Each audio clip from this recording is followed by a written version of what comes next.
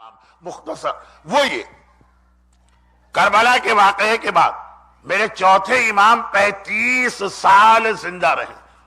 35 سال بہت بڑی مدت ہے. سوشیالوجی کے ماہرین کہتے ہیں کہ 35 سال میں 2 نسلیں، 2 پیڑھیاں، 2 جنریشن کا ٹرن اوور ہو جاتا.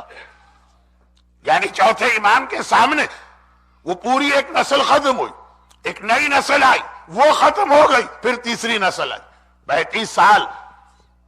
اب امام کہاں اور ان کے پیروں کی خاک، ان کے غلاموں کے پیروں کی خاک میں کہاں، لیکن کھارا در میں اور سولجر بازار میں جب 1970s میں نے مجلسیں پڑھنا شروع کی، دادا سنا کرتے تھے، اب ماشاءاللہ ان کے پوتے جوان ہو گئے اور وہ بھی سن رہے ہیں اور کہتے ہیں مولانا اس وقت سے آج تک وہی باتیں آپ پڑھ رہے ہیں، وہی ریپیٹیشن ہے، کوئی نئی بات ہی نہیں. میں کہتا ہوں ایک بات تو نہیں ہے نا، اب میں عذاب قبر کہاں پڑھتا ہوں، اب سانپ اور بچھو کہاں آتے ہیں، اب وہ آگ کہاں آتی ہے، اب وہ کوڑے کہاں آتے ہیں. اس پہ اب تک لوگوں نے توجہ نہیں دی. وہ اب تک میرا نام چل رہا ہے قبر والے باپو، جو آج سے 35 سال پہلے کی مجلس ہے. لیکن انشاءاللہ کل تو میں واقعاً قبر والا باپو بن کے دکھاؤں گا. تو ابھی تو یہ آج کی بات آ جائے، یہ بیچارے جو آ گئے ہیں ان کو زحمت نہ ہو. کل پہلے سے میں نے بتا دیا، پھر جو آئے گا تو اس کی اپنی غلطی ہوگی اگر اس کو یہ موضوع غلط لگے گا، اگر اسے یہ غلط لگے گا. تو خلاصہ یہ ہے کہ میں اپنے سامنے 3 جنریشن کو میں نے بدلتے دیکھا. دادا تھے، پھر ان کا انتقال ہوا، باپ ان کا انتقال ہوا، ان کا بیٹا پوتا، اب اس کے بچے بڑے بڑے ہو گئے ہیں. 35 سال بہت بڑی مدت ہوتی. تو چوتھے امام کے سامنے 2-3 پیڑھیاں بدل گئیں. اب کیا ہوا؟ کربلا کے بعد اس وقت جب کربلا کا واقعہ پیش آیا تو امام کا ساتھ دینے والے خالی 72 یا 100، بٹوین 72 اور 110. وہ اختلاف ہے کہ کتنی بڑی حسین کی آرمی تھی، اسے ایک طرف رکھی. مگر اب جو کربلا کے وقت بہت چھوٹے بچے تھے اب وہ بڑے ہو گئے. چوتھے امام کا جہاد شام سے واپس آنے کے بعد بھی جاری رہا. 35 سال جو امام روتے رہے، تو امام کا رونا اس کا ایک مقصد بھی تھا، لوگوں کو بتایا جائے کہ کربلا میں کیا ہوا ہے اور کیوں ہوا ہے. وائی یزید سے ہمارا جھگڑا اور اختلاف کس بات پر ہے. اب یہ 35 سال امام کی تبلیغ، ساتھ میں شہزادی زینب کا اپنا رول تو ہے، اس میں تو وہ تو ایک الگ مجلس چاہتا ہے. تو اب یہ نئی نسل جو بچے تھے بڑے ہو گئے، بلکہ کتنے ایسے تھے جو کربلا کے بعد پیدا ہوئے. بھئی جس دن چوتھے امام مدینے واپس آئے، جو اس دن پیدا ہوا وہ امام کے سامنے 30+ ہو گیا، بلکہ اس کی شادی ہو گئی، اس کے بھی بچے ہو گئے. اب یہ سارے کے سارے لوگ جو کربلا کے بعد جوان ہوئے، یہ سارے کے سارے تو دھوکے باز نہیں تھے، یہ سب تو کوفے والوں کی طرح نہیں تھے. ان میں سے بہت سے مخلص لوگ امام کے پاس آتے ہیں اور آنے کے بعد ایک ہی ریکویسٹ کرتے ہیں، مولا ہمیں کربلا کا ریونج لینے دیجئے. اور امام روک دیتے ہیں. مختار نے ایک جہاد کیا. اچھا جناب زید شہید کا جہاد تو بہت بات کا، لیکن مختار کا جہاد بھی 67 ہجرہ میں شہید ہو گئے. مختار نامہ تو اب آج کل آپ لوگ اپنی آنکھوں سے دیکھ لیتے ہیں، تو مجلس میں میں نہیں پڑھتا، پہلے اس پہ بھی میرے اشرے ہوتے تھے. لیکن خلاصہ یہ کہ لوگ آ رہے ہیں. بہت شارٹ کر رہا ہوں، میں نے ایک دم یہ محسوس کیا کہ ذرا سی تمہید میری بڑی ہو گئی ہے، اصل موضوع رہا جا رہا. تو خلاصہ یہ کہ آپ آئے لوگ الگ الگ وقت میں، کوئی 70 ہجرہ میں آیا، کوئی 75 میں آیا، کوئی 80 میں آیا، کوئی اکیلا آیا، کوئی گروپ بنا کے آیا. سب آ کے کہتے مولا ہمیں اجازت دی، ہم کربلا کے حوالے سے ریونج کا جہاد کرنا چاہتے ہیں. اور چوتھے امام نے روک دی، کہا کہ نہیں، وہ کربلا میں 10 محرم تک تلوار چلانے کی اجازت ہے. اب اس کے بعد صبر کرو. مولا کیسے صبر کریں؟ کہا جیسے میں کر رہا ہوں. آقا سجاد علی کا پوتا ہے اور اسی انداز سے ذوالفقار چلا سکتا ہے جیسے علی نے خیبر اور خندق کے اندر تلوار چلائی. سجاد امام وقت ہے، علی کا پوتا ہے، علی ہی کا نام ہے سجاد کا بھی. جہاد، شجاعت، بہادری، ذوالفقار، یہ ساری خصوصیتیں سجاد کے پاس بھی ہیں. مگر کہا جیسے ہم نے صبر کی اور ایسے ایسے مشکل موقعوں پہ صبر کی. بہنوں اور پھوپھیوں کا ننگے سر بازار میں جانا، دربار میں جانا، نامحرموں کے درمیان جانا.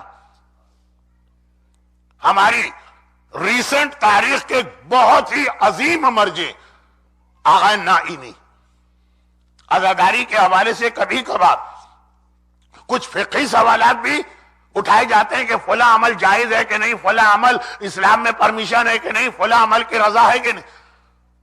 آج کے جتنے مراجع سب وہی ایک جملہ لکھتے ہیں کہ حق وہی ہے جو ہمارے استاد آغا نائینی نے کہا کہ پہلی مرتبہ کمپلیٹ فتویٰ اس مسئلے پہ آغا نائینی کا ہے.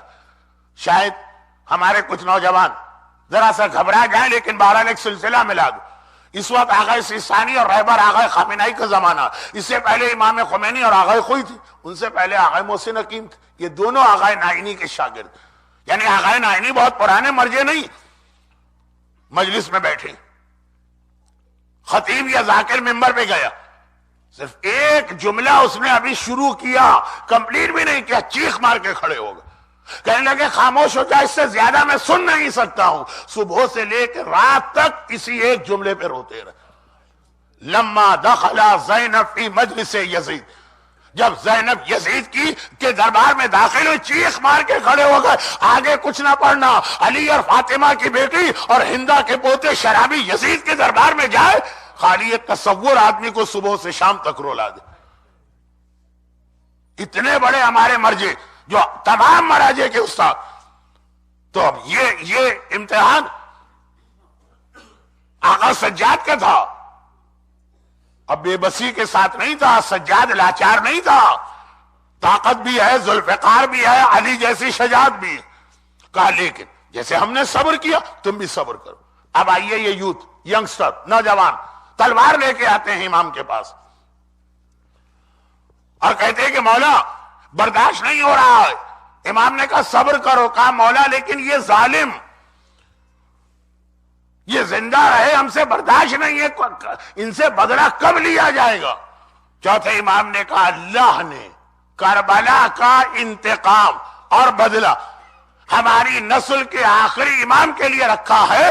جب میرا بیٹا امامت کے آخری فرد جب وہ آئے گا وہ کربلا کا انتقام لے گا. یہ کہہ کے امام نے ان نوجوانوں کے سوال کا جواب دے دیا کہ اللہ اسی دنیا میں کربلا کا ریونج اور بدلہ لے گا، قبر نہیں، قیامت نہیں، وہ بات کے مرحلے اسی دنیا میں.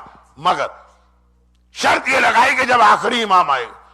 اب یہ نوجوان بالکل یہ کامن سینس کی باتیں ہیں، گھبرا کے کہتے ہیں مولا تو پھر وہ آخری امام کب آئے گا؟ ہمیں کربلا کا انتقام لینا ہم سے برداشت نہیں ہو رہا. کربلا کے اتنے بڑے ظلم. مختار نے جو بھی موومنٹ چلایا، اول تو سارے ظالم اس کے ہاتھ میں آئے بھی نہیں، سب سے بڑھ کے یزید ہی اس کے ہاتھ میں نہیں آیا، لیکن پھر بھی وہ حق ادا نہ ہوا بدلے کا. کہا کہ یہ میرا بیٹا لے گا. اب ہر ایک کہہ رہا ہے کہ مولا اچھا تو پھر یہ بتائیے وہ کب آئیں گے؟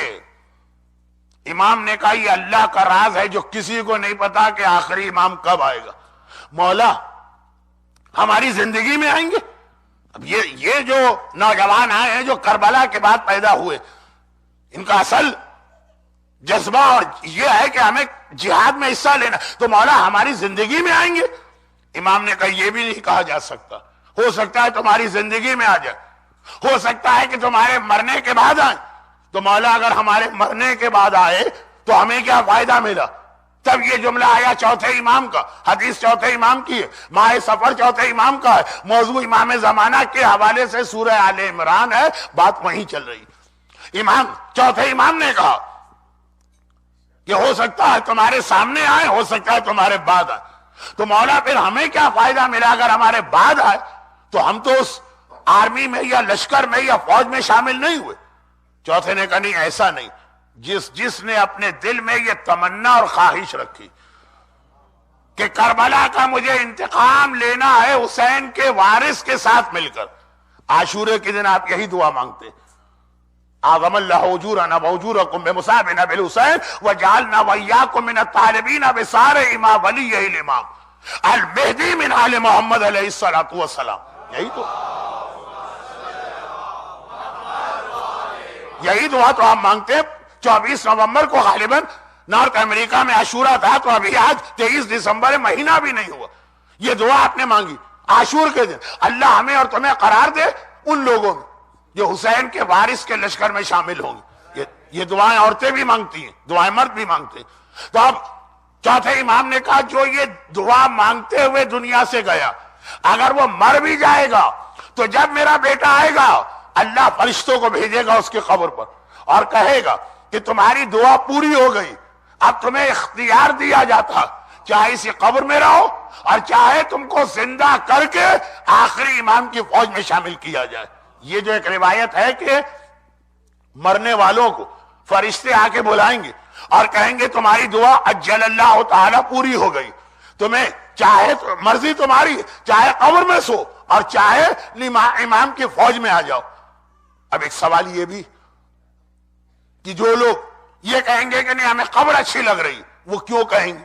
شاید کل کی مجلس کے اندر یہ بات آ جائے کیونکہ کل میرا ارادہ قبر ہی پہ پڑھنے کا. تو ابھی اب قبر کی بات چھوڑیے، ابھی زندوں کی بات کیجئے.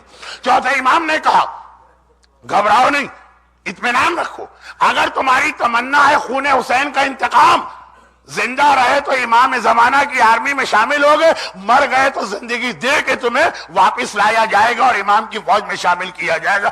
اب یہ نوجوان ذرا خوش ہوئے اور یہاں سے میرا عنوان